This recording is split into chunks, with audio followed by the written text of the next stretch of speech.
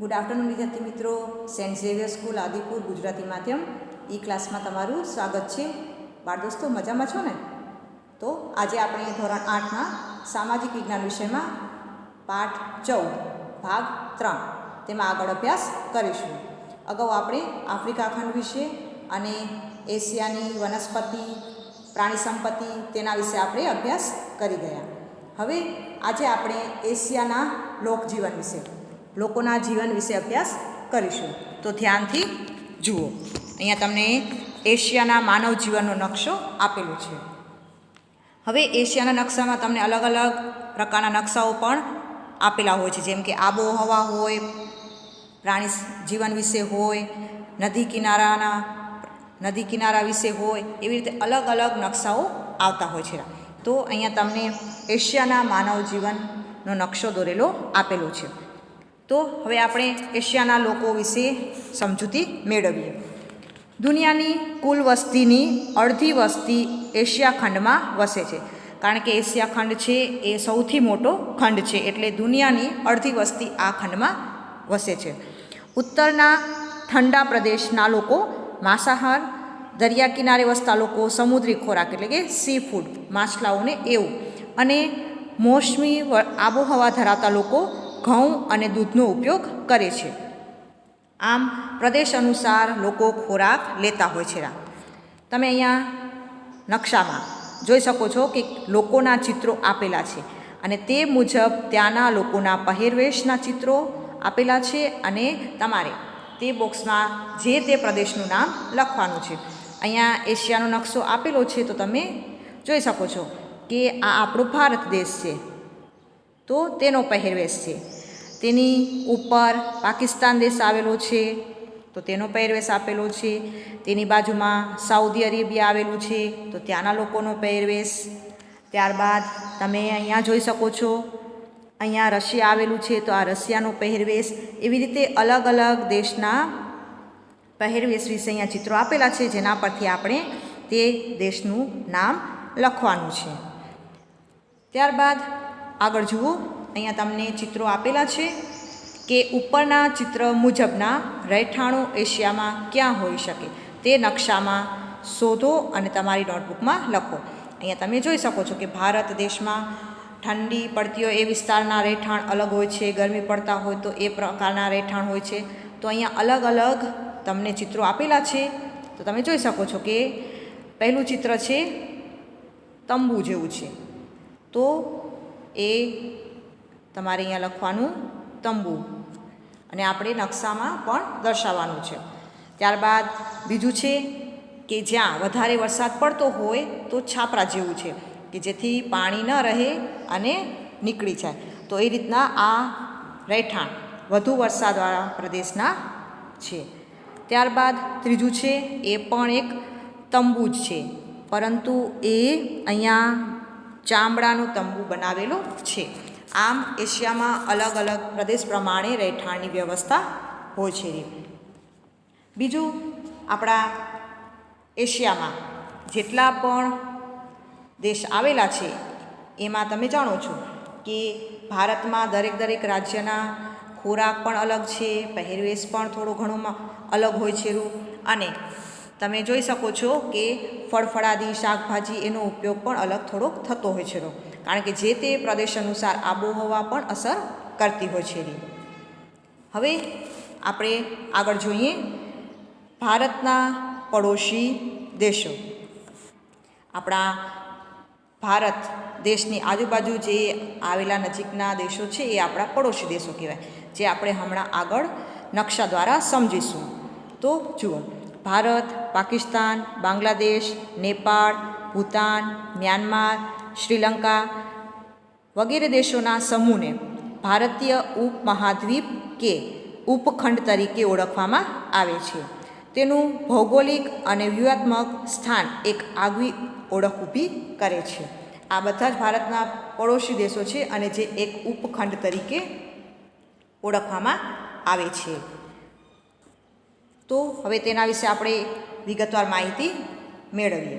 જેમ કે પહેલો દેશ છે ભારતનો પડોશી દેશ પાકિસ્તાન, જે તમે સૌ જાણો છો. ભારતની સાથે જ સ્વતંત્ર થયેલો પડોશી દેશ એટલે કે પાકિસ્તાન, જેને ઇસ્લામિક રાષ્ટ્ર તરીકે જાહેર કરવામાં આવેલો છે. એટલા માટે તે ઇસ્લામિક રાષ્ટ્ર તરીકે જાહેર થયું છે. અને પાકિસ્તાનની રાજધાની છે ઇસ્લામાબાદ. ખાસ યાદ રાખજો.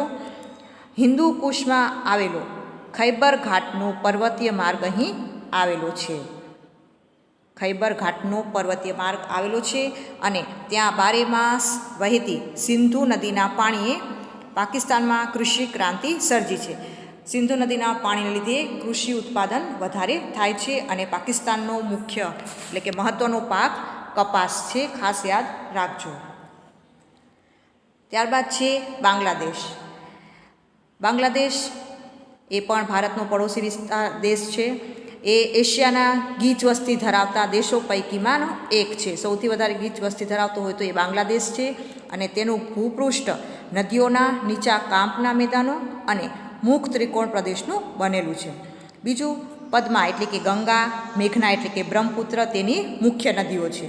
ખાસ યાદ રાખજો, બાંગ્લાદેશની મુખ્ય નદીઓ પદ્મા અને મેઘના છે. અને પરિવહનના જળમાર્ગોનો વિકાસ વધુ થયો છે. આ નદીઓ હોવાથી જળમાર્ગનો વિકાસ સારો એવો થયો છે. બીજું બાંગ્લાદેશમાં ખેતી ક્ષેત્રે જોઈએ તો ડાંગર અને શણ તેની ખેતી વધુ પ્રમાણમાં થાય છે. અને બાંગ્લાદેશની રાજધાનીનું નામ છે ઢાકા, જે શણના ઉદ્યોગ માટે પ્રખ્યાત છે. આમ બાંગ્લાદેશ વિશે તમે જોયું. હવે આપણે નેપાળ વિશે માહિતી મેળવીએ. એ પણ ભારતનો પડોશી દેશ છે. હિમાલયની ગિરિમાળાઓ વચ્ચે આવેલો ચારે બાજુથી ભૂમિભાગથી ઘેરાયેલો દેશ આ નેપાળ દેશ છે કે જે ચારે બાજુ ભૂમિભાગથી ઘેરાયેલો છે. અને નેપાળની રાજધાની કાઠમંડુ. ખાસ યાદ રાખજો, નેપાળની રાજધાની છે કાઠમંડુ. અને 40% વિસ્તારમાં જંગલોને લીધે, હવે જંગલનો વિસ્તાર વધારે આવેલો હોવાથી અહીંયા ખેતીમાં 16% જ ખેતીલાયક જમીન છે, જેથી ડાંગર, ચા, કપાસ, ઇલાયચી વગેરે જેવા પાકોની ખેતી કરવામાં આવે છે. તો આમ નેપાળ છે એ ગિરિમાળાઓ વચ્ચે આવેલો દેશ છે. ત્યારબાદ છે Bhutan, the land of thunder dragon, એટલે કે અંગ્રેજો તેને વ્રજ દાનવોની વિહાર ભૂમિ તરીકે ઓળખાવતા હતા, કારણ કે ચારે બાજુનું પહાડી ભૂપૃષ્ઠ આ દેશના વિકાસ માટે અંતરાયરૂપ બનેલું હતું. ચારે બાજુ પહાડી વિસ્તાર આવેલો હોવાથી તે એનો વિકાસ કરવામાં અવરોધરૂપ બનતું હતું, તેથી તેને વ્રજ દાનવોની વિહાર ભૂમિ કહેતા. તેમ છતાં ભારત દેશના સહયોગથી ભૂતાન વિકાસ કરી રહ્યું છે. ભારત દેશ છે એ ભૂતાન દેશને મદદ કરે છે, જેથી તેનો વિકાસ થઈ રહ્યો છે. બીજું, અહીંના લોકોનો મુખ્યત્વે ધર્મ છે બૌદ્ધ ધર્મ. ત્યાંનું મુખ્યત્વે બૌદ્ધ ધર્મ વધારે લોકો પાળે છે. અને અહીંનું વિશિષ્ટ પ્રાણી યાક છે. તમારે યાદ રાખવાનું છે, ભૂતાનનું વિશિષ્ટ પ્રાણી યાક છે. મોટાભાગના લોકો અહીં બૌદ્ધ ધર્મ પાળે છે. અને ભૂતાનની રાજધાની થિમ્પુ છે. તો આપણે ભૂતાન દેશ વિશે માહિતી મેળવી.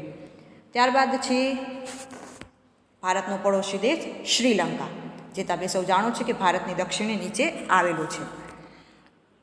સિલોન કે સિંહલ દ્વીપ તરીકે ભૂતકાળમાં ઓળખાતો ટાપુમય દેશ ભારતની મુખ્ય ભૂમિથી ઉત્તરમાં પાલ્કની સામુદ્ર ધુની અને પશ્ચિમમાં મનારના અખાતથી જુદો પડે છે. આ દેશ છે તે ભારતની મુખ્ય ભૂમિથી ઉત્તરમાં ત્યાં પાલ્કની સામુદ્ર ધુની અને પશ્ચિમમાં મનાર, આ બંનેના લીધે તે જુદો પડે છે. ખાસ ધ્યાન રાખજો. બીજું, શ્રીલંકાની રાજધાની છે કોલંબો. ત્યાં આટલા નાના ટાપુમાં 104 કરતાં વધુ નદીઓ આવેલી છે. નાનો ટાપુ હોવા છતાં પણ ત્યાં 104થી પણ વધારે નદીઓ આવેલી છે, જેમાં મહાવેલી ગંગા સૌથી મોટી નદી છે. બીજું, વિષુવવૃત્તથી નજીક આવેલો હોવાથી અહીં ઉષ્ણકટિબંધીય આબોહવા અનુભવાય છે. વિષુવવૃત્તથી નજીક છે એટલે ઉષ્ણકટિબંધીય થોડીક ગરમ આબોહવા અનુભવાય છે. અને ત્યાં ખેતીમાં ચોખા અને ચાનું ઉત્પાદન વધુ પ્રમાણમાં થાય છે. બીજું, આ દેશને આઇલેન્ડ ઓફ જેમ્સ એટલે કે રત્નદ્વીપ તરીકે અથવા પૂર્વના મોતી તરીકે ઓળખવામાં આવે છે. શ્રીલંકાને પૂર્વના મોતી તરીકે અથવા રત્નદ્વીપ તરીકે પણ ઓળખવામાં આવે છે. અને અહીં સિંહાલી અને તમિળ એ ભાષાઓ વધારે જોવા મળે છે, એટલે વધારે પ્રમાણમાં આ બંને ભાષાઓ બોલાય છે. આમ ખાસ યાદ રાખજો કે શ્રીલંકા દેશ છે એ પૂર્વના મોતી તરીકે અથવા રત્નદ્વીપ તરીકે પણ ઓળખાય છે. ત્યાં વધુ નદીઓ આવેલી છે અને મહાવેલી ગંગા એ ત્યાંની સૌથી મોટી નદી છે. હવે આપણે જોઈએ મ્યાનમાર વિશે. તો મ્યાનમારની રાજધાની છે રંગૂન.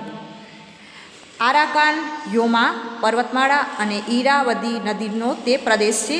મ્યાનમાર ખનિજ તેલનો ઉત્પાદક અને ભારત તેનો ગ્રાહક દેશ છે. મ્યાનમારમાં ખનિજ તેલનું ઉત્પાદન ખૂબ જ થાય છે અને આપણે તેના ગ્રાહક છીએ, એટલે કે ભારત દેશ ત્યાંથી ખરીદી કરે છે. તેમ છતાં વિષમ આબોહવાને લીધે મોટા પાયા પરનો ઉદ્યોગોનો વિકાસ થયો નથી. અહીંયા આબોહવા અનુકૂળ ન હોવાથી ઉદ્યોગોનો એટલા પ્રમાણમાં વિકાસ નથી થયો. રંગૂન તેની રાજધાની છે. અહીં જળમાર્ગોનું મહત્ત્વ વધારે છે.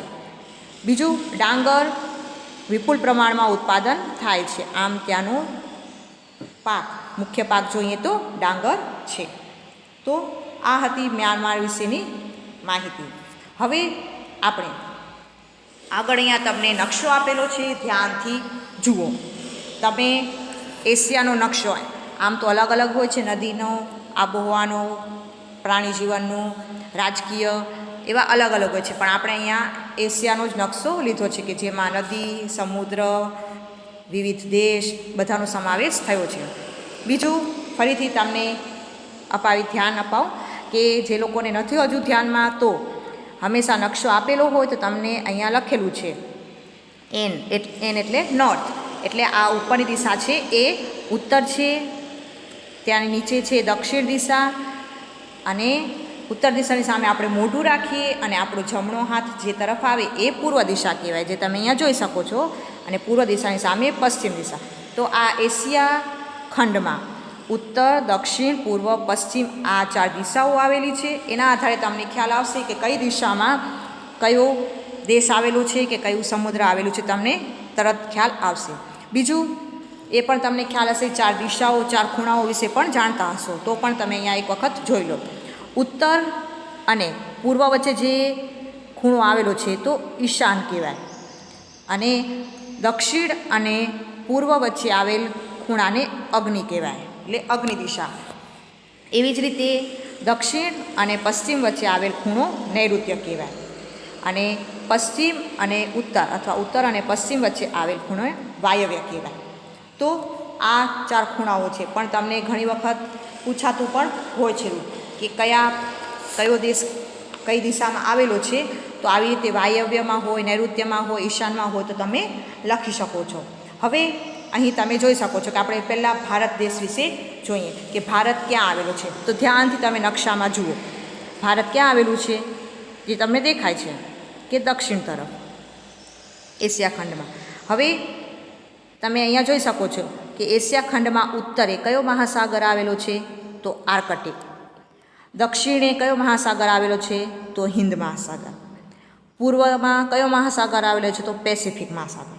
તો આવી રીતે તમે નકશામાં આવી રીતે નામ લખી અને તમે જાણકારી મેળવી શકો છો કે કઈ દિશામાં કયું મહાસાગર, કયો દેશ આવેલો છે. એ સિવાય તમે જોઈ શકો છો કે ભારતની ઉપર અહીંયા પાકિસ્તાન આવેલું છે, જ્યાં તેની સિંધુ નદી આવેલી છે. તો તમને નકશામાં જો માહિતી દર્શાવવાની હોય એશિયાના નકશામાં, તો તમે આ રીતે માહિતી દર્શાવી શકો છો. એ સિવાય અહીંયા પાકિસ્તાનની આજુબાજુના દેશ છે, તમે જોઈ શકો છો ઈરાન, ઈરાક, સાઉદી અરેબિયા, આ બધાય આજુબાજુના દેશ છે. અહીંયા ચીન આવેલું છે. અને આપણે જોયું કે ભારતના પડોશી દેશો, તો અહીંયા પાકિસ્તાન પડોશી દેશ છે, ભારતનો નેપાળ પણ પડોશી દેશ છે, જે આપણે હમણાં જોયું. ભૂટાન પણ પડોશી દેશ છે. મ્યાનમાર આવેલું છે, એ પણ પડોશી દેશ છે. શ્રીલંકા. તો આ બધા તમે નકશા પરથી જ જાણકારી મેળવી શકો છો કે જે ભારતની આજુબાજુ આવેલા છે એ બધા આપણા ભારતના પડોશી દેશ છે.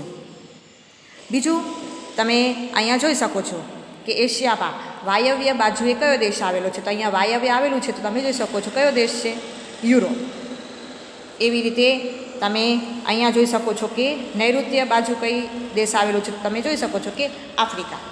તો એશિયા ખંડમાં આ રીતે પણ તમે કોઈ પણ દેશ વિશે જાણકારી મેળવી શકો છો કે કઈ દિશામાં આવેલો છે.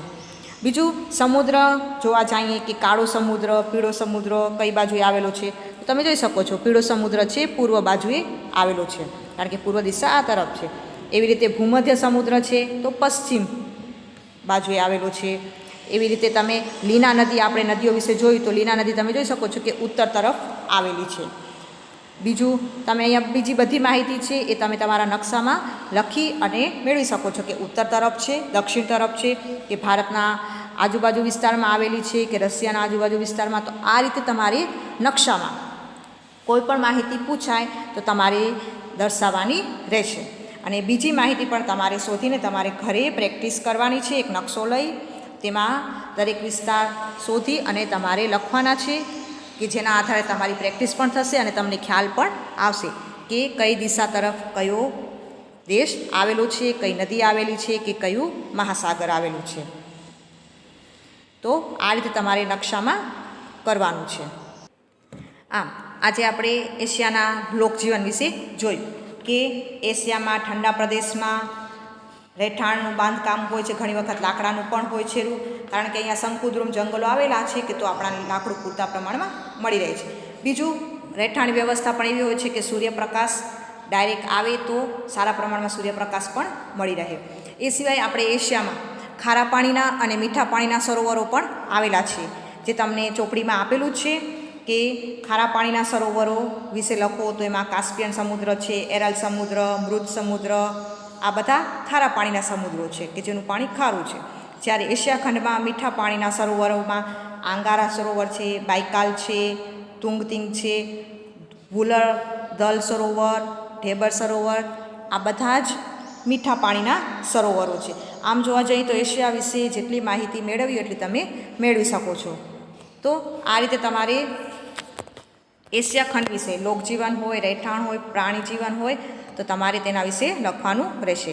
અને નકશામાં દર્શાવવાનું હોય તો તમારે આ રીતે દર્શાવવાનું રહેશે. તો વિદ્યાર્થી મિત્રો, તમને એશિયા ખંડ વિશે માહિતી સમજમાં આવી હશે. તમારો દિવસ શુભ રહે. ધન્યવાદ.